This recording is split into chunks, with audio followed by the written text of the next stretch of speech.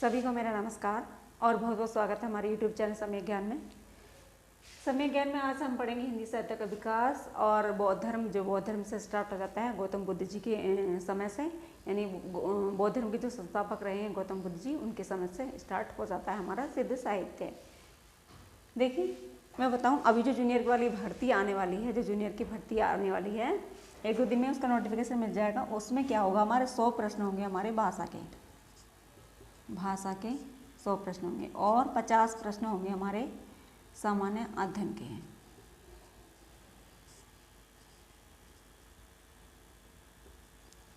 ठीक है, 100 प्रश्न हमारे भाषा के होंगे, 50 प्रश्न होंगे हमारे अध्ययन के, सामान्य अध्ययन के। तो 100 प्रश्नों के लिए हमें अपनी हिंदी भाषा में जितनी भी topic to topic, point to point अच्छे से हम लेकर कवर करने की पूरी कोशिश करेंगे। हर रोज़ हम आपको 2 वीडियो देने की पूरी कोशिश करेंगे, एक व्याकरण की और एक साहित्य की। तो हम जो इन 100 प्रश्नों पर अपने पूरा जोर लगाएंगे, पूरा जोर लगाकर अपने 100 प्रश्न हासिल करेंगे। अगर हम यहाँ पर कमज़ोर हैं थोड़े से, तो हम मान सकते हैं हमारे 30 नंबर यहाँ पर आ गए और 100 प्रश्न हमारे ये हो गए, तो हमारे हो गए 130 प्रश्न। जब 130 प्रश्न हमारे हो जाते हैं तो हमारा सिलेक्शन पक्का हो जाता है, यानी सीट हमारी एक मुट्ठी में हो जाती है, क्योंकि 130 इतनी तक की मेरिट जाएगी, उससे ज़्यादा नहीं जाती है। तो यहाँ पर हमारे एक सीट हमारी होगी। ठीक है ना, एक सीट हमारी हो जाएगी। तो इन 100 प्रश्नों के लिए हम पूरा टॉपिक पूरा अच्छे से कवर करेंगे, पूरा अच्छे से हम इसको लेकर चलेंगे, अपनी पूरी ताकत, अपना जितना भी हमारे अंदर शरीर के अंदर ऊर्जा है, हम इन 100 प्रश्नों में अपनी खर्च करेंगे ऊर्जा को, इसको इसलिए, और हम अपनी सीट को एक पक्की करेंगे, है ना। नोटिफिकेशन एक दो दिन में आ जाएगा।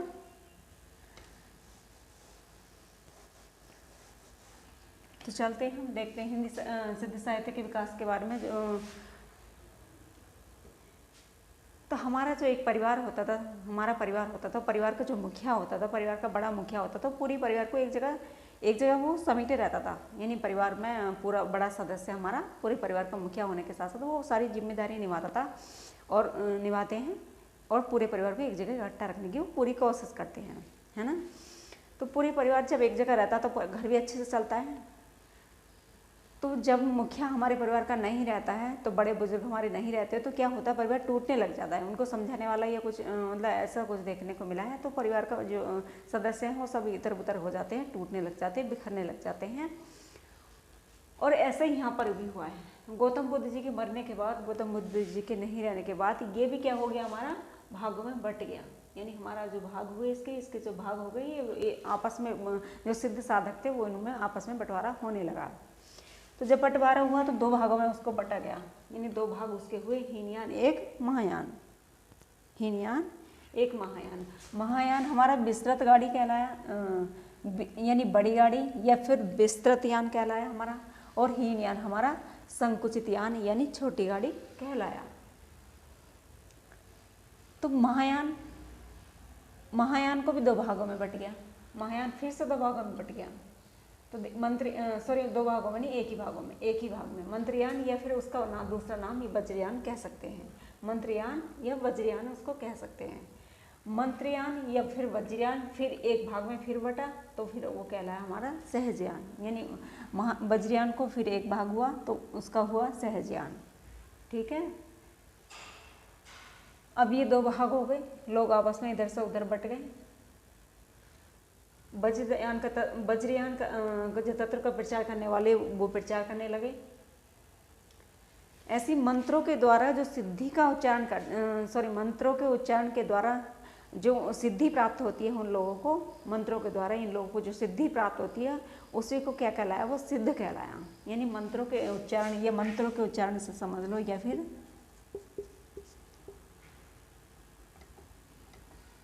मंत्रों के उच्चारण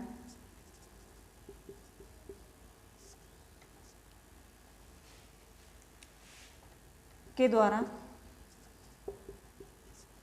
सिद्धि प्राप्त करने वाले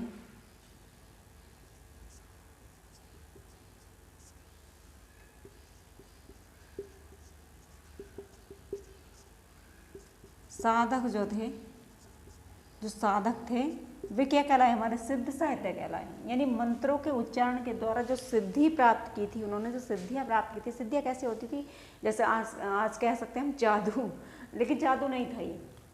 जो सिद्धियाँ थी मंत्रों के द्वारा सिद्धि, जैसे एकदम से किसी को नीचे से ऊपर पेड़ पर चढ़ा देना, मतलब वैसे ही कुछ किए बिना, या फिर कोई चीज़ को कलर में बदल देना, कुछ भी ऐसी सिद्धियाँ उन लोगों की होती थी वो मंत्रों के द्वारा, ऐसी उनके अंदर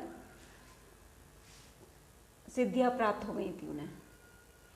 तो जिस मंत्रों के द्वारा, मंत्रों के उच्चारण के द्वारा जो सिद्धियाँ प्राप्त करने वाले साधक थे वो हमारे सिद्ध कहलाए, वो हमारे सिद्ध कहलाए।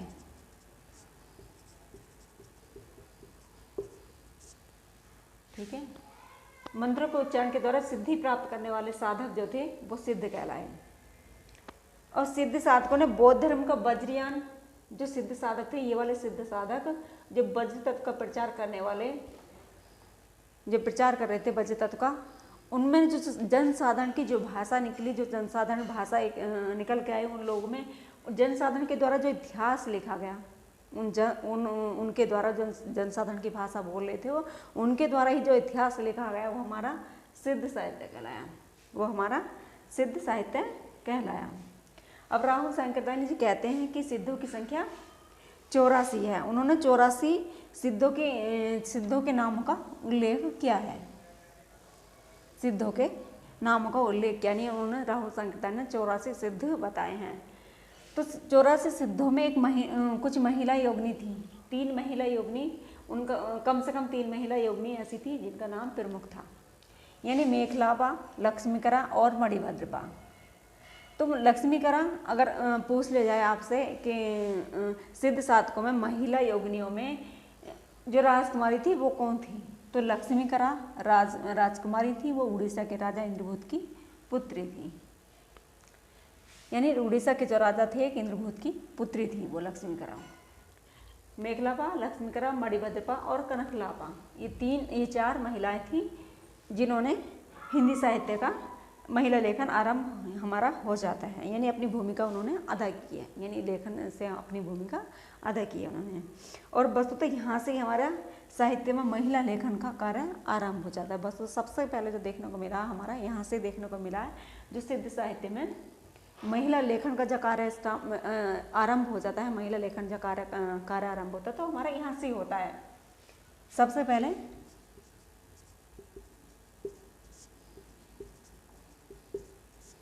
महिला लेखन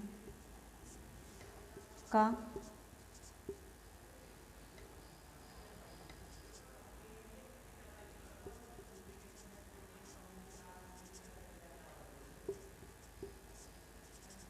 सबसे पहले महिला लेखन का प्रारंभ हमारा सिद्ध साहित्य में हो जाता है।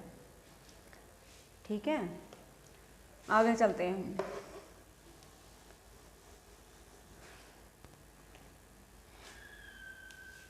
हिंदी साहित्य में पहली काव्यधारा थी जिसमें कम से कम 3 महिलाओं ने भाग लिया था, यानी कम से कम 3 महिलाओं ने भाग लिया था। और मुनिदत्त, हमारे एक मुनिदत्त थे, मुनिदत्त एक अद्वैय,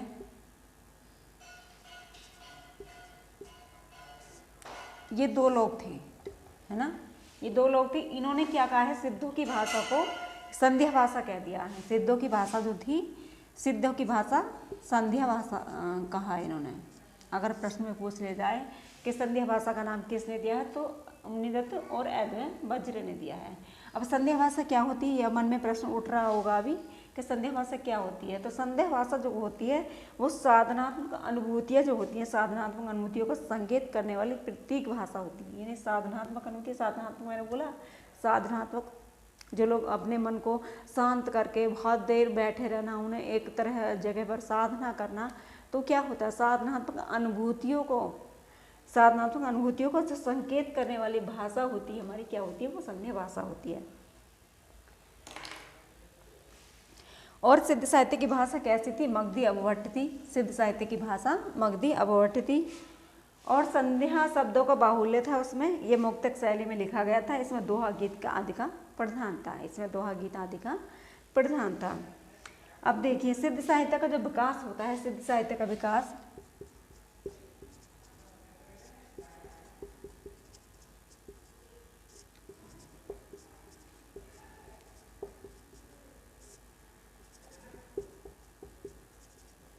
वो पूर्वी भारत से होता है, वो पूर्वी भारत से होता है।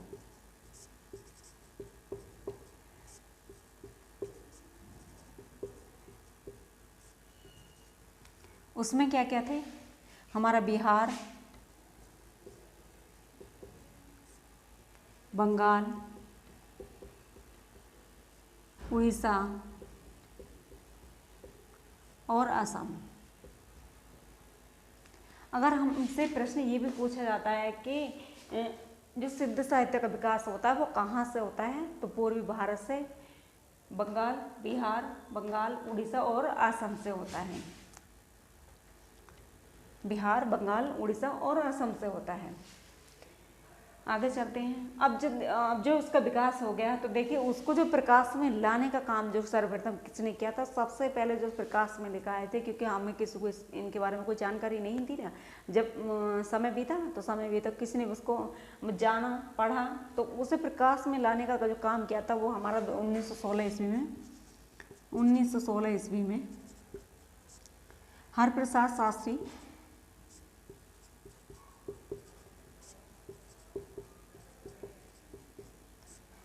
जी थे। ये हरप्रसाद शास्त्री जी ने सबसे पहले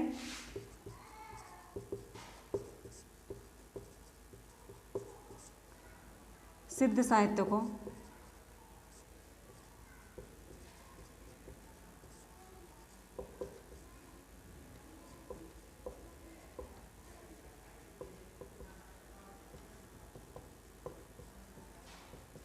लाने का काम किया, है ना। 1916 में हरिप्रसाद शास्त्री ने सबसे पहले सिद्ध साहित्य को प्रकाश में लाने का काम किया था, है ना। सबसे पहले जो अगर सबसे पहला पूछ लिया जाए तो हरिप्रसाद शास्त्री जी आएंगे। हरिप्रसाद शास्त्री जी ने सबसे सर्वप्रथम प्रयास किया था सिद्ध साहित्य को प्रकाश में लाने का। उन्होंने एक कुछ कविताएं लिखी थी, तो बौद्धगान और दोहा,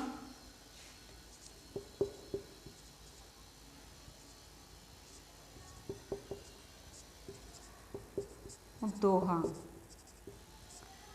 नाम से कुछ कविताएं प्रकाशित कराई थी ना। बौद्धगान और दोहा, अगर ये भी पूछ लिया जाता है कि बौद्धगान और दोहा की कविताएं किसके द्वारा प्रकाशित की गई, तो फिर हमारे हरप्रसाद शास्त्री जी 1916 में उन्होंने कविताएं प्रकाशित कराई थी। अब जो दूसरा हमारा प्रयास रहा है, दूसरा प्रयास इसको प्रकाश में लाने का रहा है हमारा, तो दूसरा प्रयास रहा है हमारा प्रबोध चंद्र बघेल जी का।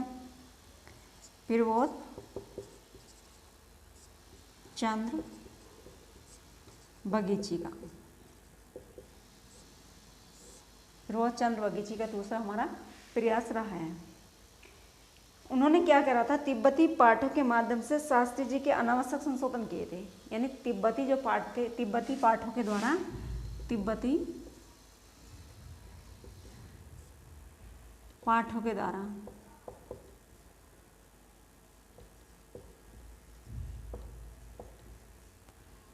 शास्त्री जी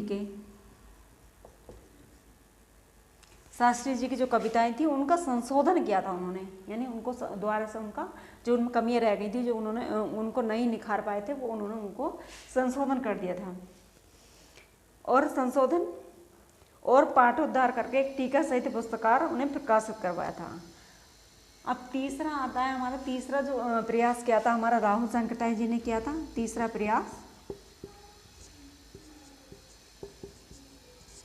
राहुल संकटाई जी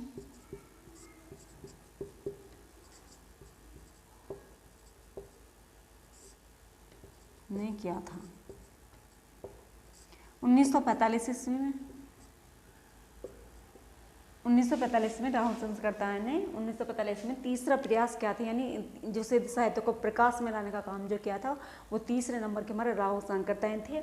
और उन्होंने, आप ध्यान से देखिए, अपने अच्छे से मन से पढ़िए, बहुत अच्छे से आपको समझ में आएगा, मैं ऐसा मानती हूँ। मैंने एक एक टॉपिक को, छोटे से छोटे टॉपिक को आपको निकाल कर यहाँ लाने की कोशिश कर रही हूँ। तो उन्होंने किया था राहुल संकटाई ने, और उन्होंने क्या करा, नेपाली प्रतियों के आधार पर हिंदी काव्य का संपादन किया था। नेपाली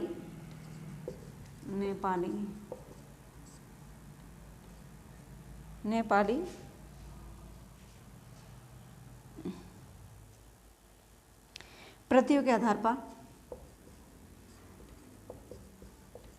के आधार पर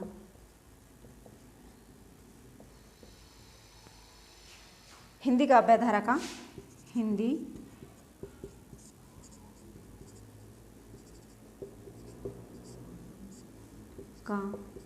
प्रकाशन किया था।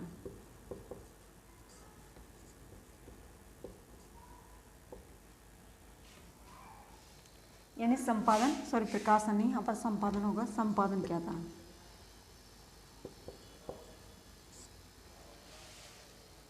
राहुल शंकरताई जी ने तीसरा प्रयास किया था और 1945 ईस्वी में किया था। राहुल शंकरताई ने तीसरा जो प्रयास किया था, राहुल हमारे शंकरताई जी ने किया था और 1945 ईस्वी में किया था। उन्होंने क्या किया था, उन्होंने नेपाली प्रतियों के आधार पर जो नेपाल की जो प्रतियां रखी गई, जैसे कुछ संग्रहालय में कुछ प्रतियां रखी जाती हैं, कुछ एक हमारी संग्रह किया जाता है किसी अच्छी चीज़ों को, तो नेपाल की जो प्रतियों के आधार पर हिंदी काव्यधारा का जो संपादन किया था उन्होंने। अगर ये प्रश्न आ जाता है हिंदी काव्यधारा का संपादन करने वाले कौन थे, तो राहुल शंकरताई जी थे, 1945 में किया था उन्होंने।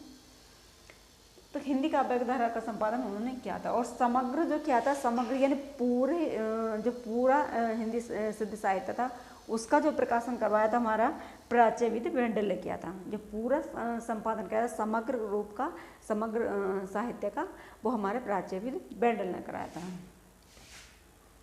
प्राच्यविद समग्र प्रयास जो किया था हमारा, वो किया था हमारे प्राच्यविद वेंडल ने। यानी समग्र पूरे सिद्ध साहित्य का जो प्रकाशन किया था, यानी सिद्ध साहित्य को जो समग्र रूप से प्रकाशन में लाने का काम किया था, वो क्या था हमारा प्राच्यविद वेंडल ने किया था।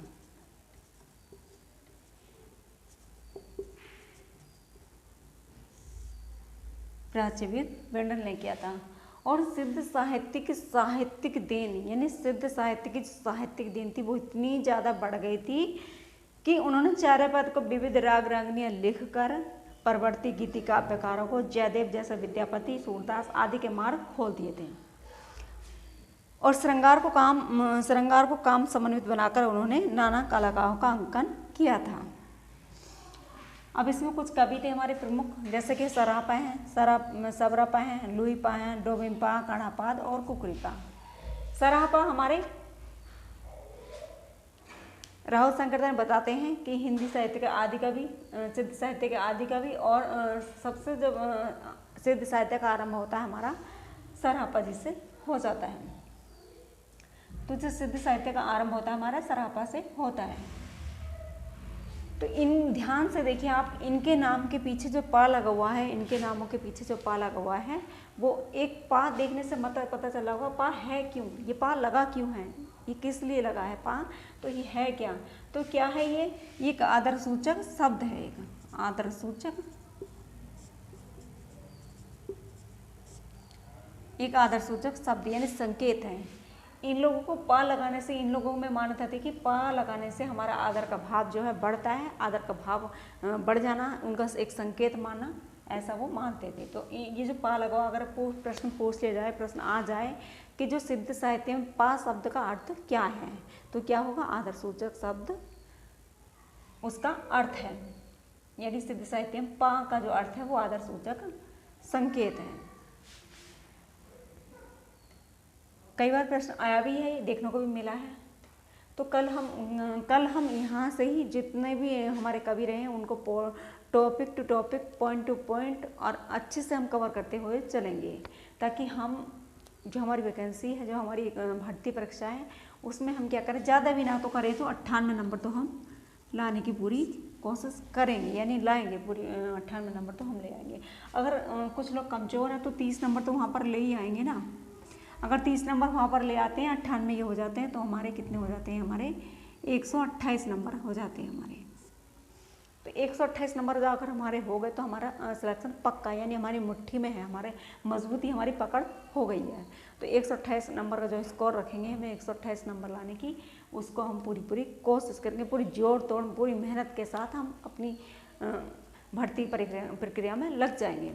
और यहाँ पर भी हम छोटी से छोटी बात को भी अच्छे से हम जानकर चलेंगे, क्योंकि हम गीदड़ को मारना है तो शेर सामान जो ले जाना है वो शेर के मारने के लिए ले जाना है।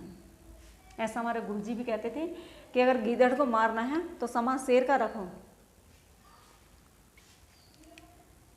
तो देखिए कल हम चलेंगे।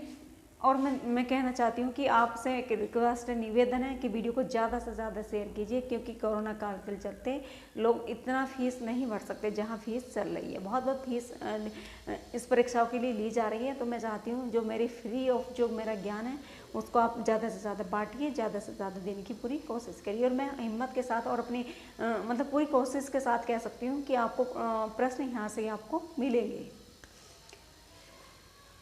तो वीडियो देखने के लिए बहुत बहुत धन्यवाद, और कल मिलेंगे नई वीडियो के साथ, इन कवियों के साथ अच्छे से पढ़ेंगे, कल जानेंगे।